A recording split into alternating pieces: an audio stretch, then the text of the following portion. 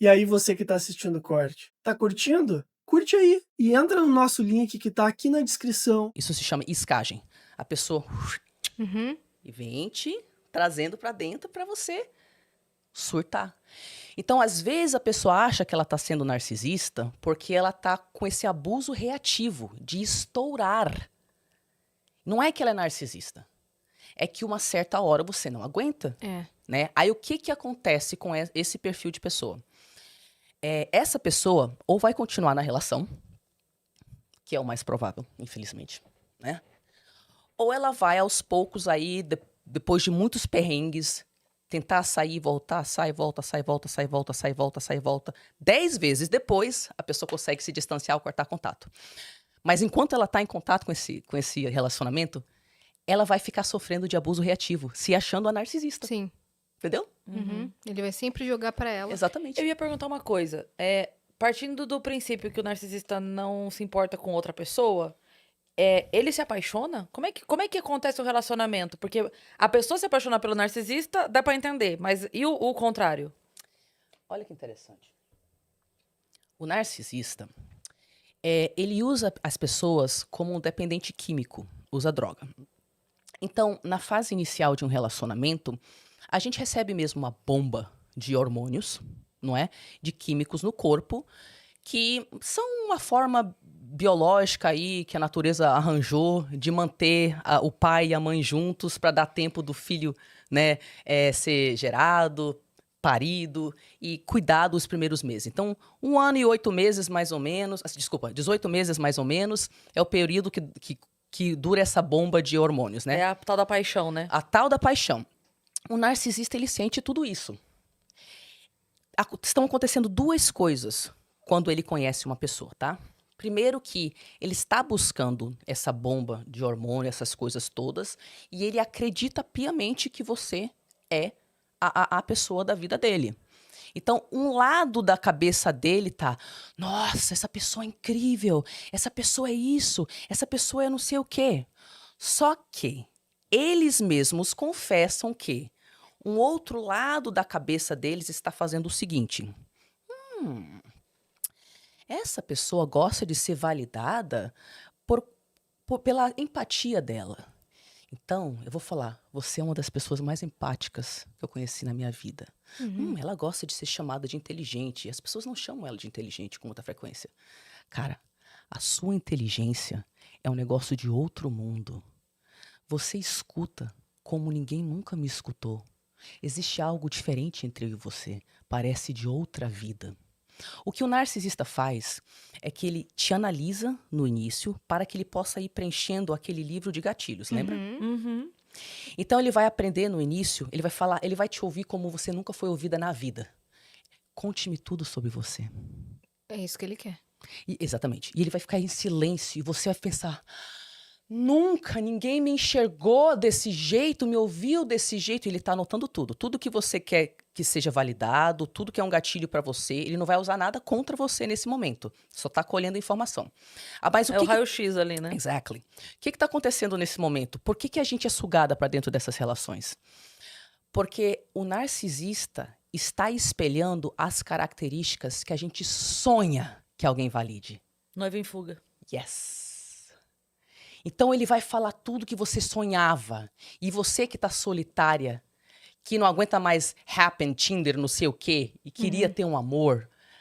Você que tá, sei lá, há quantos anos, solteira, você tem uma pessoa que enxerga as coisas que você sonhou sua vida inteira que alguém enxergasse.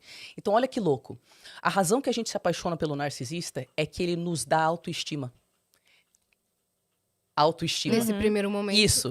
Ele enxerga aquilo que a gente sempre sonhou que alguém validasse e enxergasse. Ele fala as coisas que a gente quer ouvir, Isso. aquela coisa. A gente se apaixona por a gente mesma através do olhar do narcisista. E para quem tem baixa autoestima, filha, se essa é a única forma que você conseguiu se apaixonar por si mesma, pronto, o narcisista te captou. Porque agora você é dependente emocional da opinião dele para você conseguir enxergar as próprias características. Meu Deus. Eu falei do Noiva em Fuga porque sempre foi uma coisa que me chamou muita atenção nesse filme. Que era, você lembra da história? Vagamente. Que ela namora durante a história, O Richard Gere é o jornalista que vai pra cidade X pra fazer uma reportagem sobre a tal da noiva que sempre foge no dia do casamento. E aí vai conversar com os noivos, porque ela não quer muito dar atenção pra ele. Então ele começa a entrevistar os noivos que foram abandonados no altar. E aí ele começa a conversar com todos e todos contam a mesma história. Eles falam assim, a gente é muito igual. Só que daí um fala assim, a gente é muito igual, a gente gosta de acampar. O outro fala, a gente é muito igual, a gente gosta, sei lá, de ir à missa todos os domingos. O outro fala, a gente é muito igual, a gente é... Entendeu? Yes. Aí é muito engraçado, curioso, né? Engraçado. É curioso porque é bem simbólico uma pergunta que ele faz pra todos os noivos que é como ela gosta dos ovos. E aí cada um fala, por exemplo, Benedict, igual eu. O outro fala, ovo mexido, igual eu. O outro fala, só as claras, igual eu. Tipo, e aí ele fala, Perfeito. ok. Aí, enfim, o filme é velho, não é spoiler, gente, pelo amor de Deus. Não existe spoiler de filme de 95. Já deu Vamos se tempo de você lascar. assistir. Não dá. Não, mas aí o que acontece? Eles se apaixonam, a história, não sei o quê, bababá. E aí, quando eles vão ficar juntos e tal, ela também foge. Porque a gente acha que não. Aí agora vai dar tudo certo, A porque gente sempre acha, gente. Esse ela amor é também especial. foge. É. E aí ele fala pra ela, você, não sei o que. Ele tenta convencer ela a não fugir. Eles se distanciam, ela segue e tal. E aí ela reaparece muito tempo depois, provavelmente depois de ter feito terapia, volta pra ele, e aí ele fala assim, ninguém te conhecia como eu. Daí ela fala, pode ser, mas eu não me conhecia.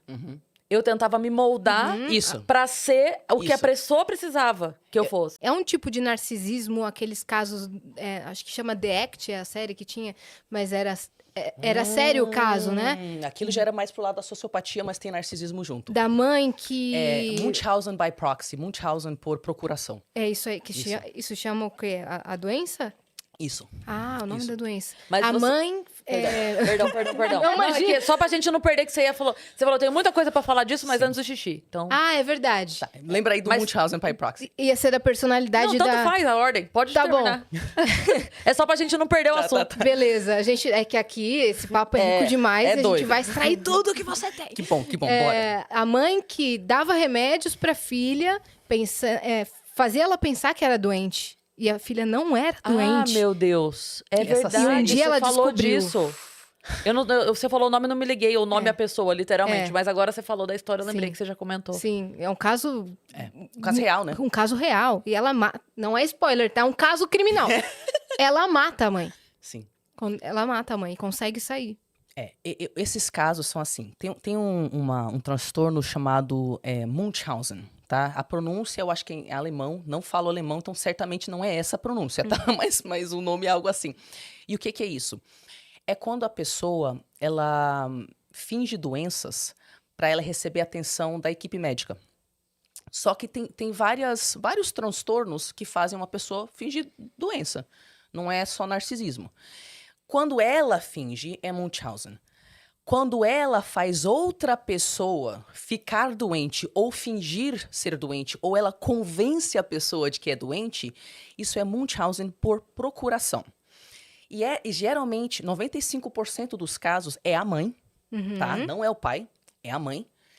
E ela pode ter vários transtornos. Então, ela pode ter um transtorno psicótico, ou seja, ela escuta vozes que falam que o filho está doente, que tem que fazer esse procedimento, aquele outro procedimento, e aí ela acha que é aquilo mesmo. Então ela fica submetendo o filho a vários procedimentos não Não deixa necessários. sair de casa. Isso. Mas isso é um caso, onde ela é psicótica, tem um transtorno psicótico, tem vários transtornos psicóticos. Ela pode ser borderline, ela pode ser narcisista, ela pode ser sociopata, né? Então, o que a mãe que faz isso podem ser várias coisas. Mas nesse caso específico do The Act lá, a gente já estava falando sobre uma narcopata, né? Uma narcisista, já pro lado da psicopatia ou sociopatia, não é? E aí, é uma situação onde... Isso é interessante porque tem diferentes cenários, tá? Então... Vamos começar num cenário bem leve, tá? Que acontece com frequência em famílias narcisistas que eu já vi várias vezes. Muitas vezes, um filho é escolhido para ser a criança inválida. Eu chamo de criança inválida, ou criança incapaz, ou criança inadequada. Esse filho é convencido de que ele tem algum tipo de transtorno, mesmo que ele não tenha. Às vezes ele até tem, mas tipo, quando a sua criança tem um transtorno, você ajuda ela a se inserir na sociedade com aquele Sim, transtorno, Vai né? ficar jogando na cara O dela. processo é o Oi! contrário, né? Não é? Então, às vezes, a criança tem um transtorno, Aham. mas muitas vezes não tem. E a mãe e o pai começam a colocar ideias na cabeça da criança desde da infância de que ela nunca vai crescer normal. Então, ou começa a falar que ela tem algum tipo de transtorno psicológico, que ela vai sempre ter que ficar perto de mamãe e papai. Aí, tipo, um daqueles casos lá dos filhos com 40, 50 anos de idade, nunca conseguiu sair de casa porque tem algum transtorno não diagnosticado, que não tem nada, na verdade, né? Os pais acreditam nisso? Ou não? O narcisista acredita na própria mentira. Aí a gente tem que entrar em porquê e como que isso acontece, como que isso é possível. Então, o narcisista, ele vive numa semi-psicose.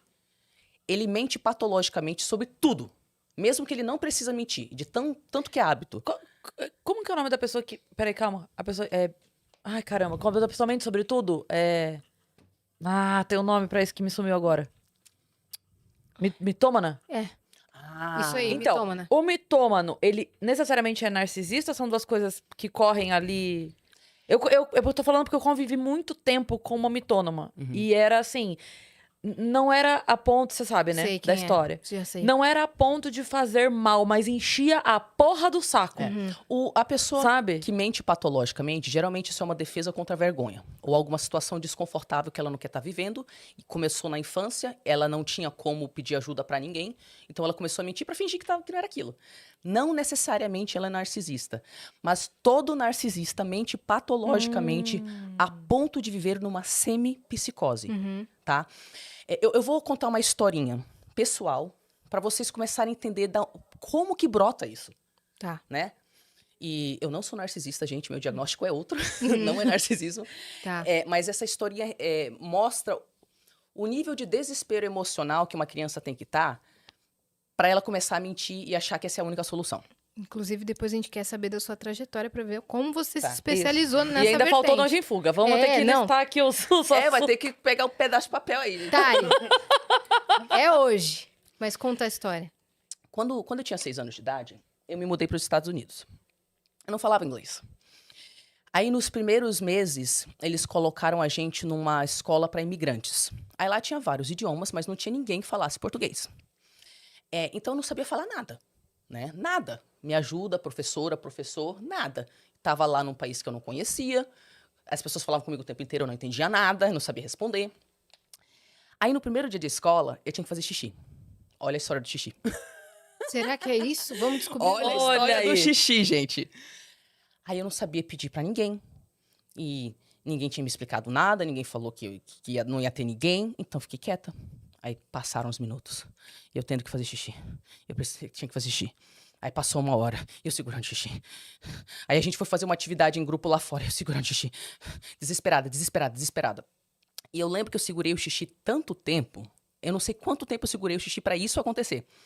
A gente estava numa atividade lá fora, as crianças de mãos dadas, num círculo. E eu lembro a cena que o meu xixi, eu me mijei, só que ele tava com tanta força, tanta pressão, que ele atravessou a calça jeans que eu estava usando e ele se projetou 1,5 metro na minha frente. Foi. Foi. E todo mundo... Porque é óbvio, né? Mas ninguém entendeu. Tipo, como é possível uma menina projetar 1,5 metro de xixi? Aí eu comecei a fazer xixi lá na frente de todo mundo, morrendo de vergonha. Aí olha o que minha cabeça fez. Vamos entrar na cabeça de uma criança. Ninguém me explicou nada. Não tinha um adulto. Não tinha como eu me comunicar. Não tinha como eu pedir ajuda. Eu não sabia o que estava acontecendo. Vergonha, vergonha, vergonha, vergonha, vergonha, vergonha, vergonha, vergonha. Quando eu entrei na sala de aula, meu cérebro fez um negócio. Reescreveu a história para que eu não sentisse vergonha. As crianças olhassem para mim e eu... Você acredita? Tava lavando minhas mãos lá no banheiro, me molhei toda. A criança viu que eu fiz xixi. Eu fiz na frente dela. Mas eu sentia tanta vergonha e não sabia pra quem pedir ajuda, que na minha cabeça infantiloide, se eu só fingisse que a realidade era diferente, tava tudo certo. Então eu passei aquela semana inteira falando pras pessoas, você acredita, gente? Aquele dia eu lavei minhas mãos e me molhei. E todo mundo tipo... com aquela cara de dó de mim, sabe?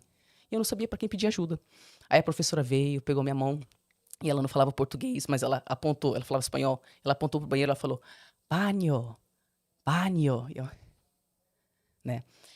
Você deu pra sacar o desespero de uma criança Sim. que não tem pra quem pedir ajuda? Então ela tem que lidar com a vergonha de algum jeito. Inventou uma mentira. Ela inventou uma mentira. Narcisista, ele tem a idade emocional de uma criança. Ele tem as atitudes, a visão de mundo, os mecanismos de defesa de uma criança. Ele é tão infantiloide porque ele é uma criança. Em algum lugar da infância dele, ele estava sentindo tanta vergonha e não tinha um adulto para ajudar. E aquilo era tão rotineiro e tão comum que o único mecanismo que ele tinha de defesa era simplesmente fingir outra coisa, né, gente? Então ele começa numa idade muito cedo, onde a criança mistura mesmo o que é real e o que não é, né? Ele começa a mentir, só Sim. para não ter que reconhecer aquela realidade. Todo mundo conheceu uma criança, assim, da escola que mentia Isso. deliberadamente. Sim. E todo mundo sabia que Isso. ele tava Sim. mentindo. Isso. Teve uma menina que estudou enfim, com a minha turma, tal, que a gente se formou todo mundo junto. E ela falava umas coisas que a gente sabia que não era. Sim. Sabe? E, assim, todo mundo tinha esse olhar de pena mesmo pra ela. Porque eram... alguns colegas da sala já tinham ido na casa dela. E ela teimava em falar coisas sobre a casa dela que a gente sabia que não era. Porque já tinham ido lá e visto. E assim, tava tudo bem não ser aquilo. Não era nem... E não era nem pra, tipo assim, financeiro pra mais ou pra menos. Ela só mentia coisas assim, tipo... Ah, não, porque meu quarto é rosa. É mentira que não faz nenhum Não faz sentido. sentido. Isso. É qualquer mentira. Nem o narcisista sabe porque tá mentindo mais. Eu lembro uma vez, isso foi tão marcante pra gente, uma professora nossa tava contando, era em Sorocaba isso, e a nossa professora tava contando que tinha vindo pra São Paulo na estreia de uma peça naquele final de semana. Ela tava comentando, gente, eu fui numa peça no final de semana, não. Era uma estreia de uma peça e ela tava muito empolgada, ela era toda cantora, artista, tal, então ela tava feliz contando pra gente, sabe? E aí essa menina tinha ido ao banheiro na hora, e ela perdeu a parte de fui a uma estreia. Ela perdeu essa informação. Quando ela voltou do banheiro, a professora estava já empolgada contando. Aí ela falou, eu sei, eu vi já essa peça. E aí, nem a professora teve coragem de dizer, tipo, você não viu, gata. A estreia, fui na estreia. Você não viu. Entendeu? Foi agora, foi ontem. E você consegue sentir essa dó que você sente de alguém fazer isso? Porque é tão esquisito. E você não entende porque... E dá uma certa dó, que você vê que a pessoa tá lá. E ela tá acreditando. E o que acontece com o narcisista? Eu fico feliz que nesse mar de conteúdo lixo você escolheu assistir um conteúdo de qualidade.